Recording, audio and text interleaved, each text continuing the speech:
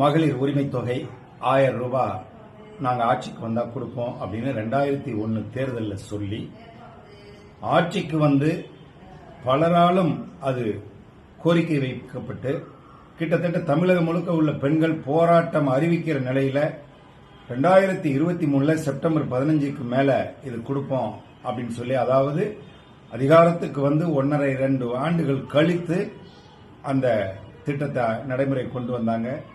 அந்த திட்டம் நடைமுறைக்கு கொண்டு வந்த காலகட்டங்களில் பாத்தீங்கன்னா யார் யாருக்கெல்லாம் கொடுத்தாங்க அப்படின்னா, அவங்க போட்ட சட்டத்திட்டத்தின்படி ஒரு 10% பெண்கள் கூட அந்த சலுகையை அனுபவிக்க முடியாத, உரிமை தொகையை வாங்க முடியாத நிலையில தான் இருந்துச்சு.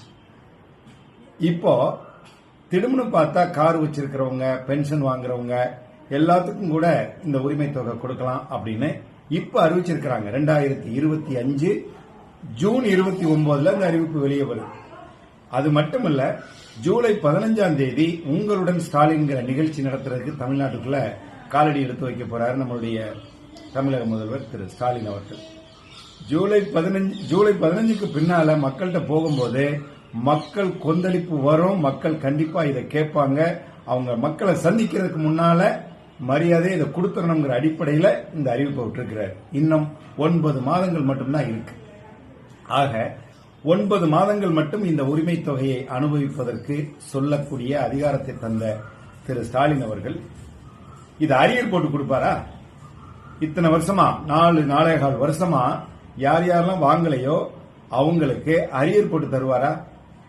அதே மாதிரி ஏற்கனவே 1.5 வருஷம் கொடுக்காம இருந்தாங்களே, அந்த காலகட்டத்துக்கு அரியர் போட்டு தருவாங்களா? மக்களை ஏமாற்றி ஓட்டை வாங்குவதற்காக மக்களை, குறிப்பாக பெண்களை, தாய்மார்களை மோசநாசம் செய்து ஏமாற்றுகிற அரசு இந்த திமுக அரசு. இந்த அரசு இதனுடைய ஆட்சி காலம் முடிவுக்கு வருவதோடு திமுகவுக்கு ஒட்டுமொத்தமாக முடிவு கட்ட வேண்டும் தாய்மார்கள். நன்றி, வணக்கம்.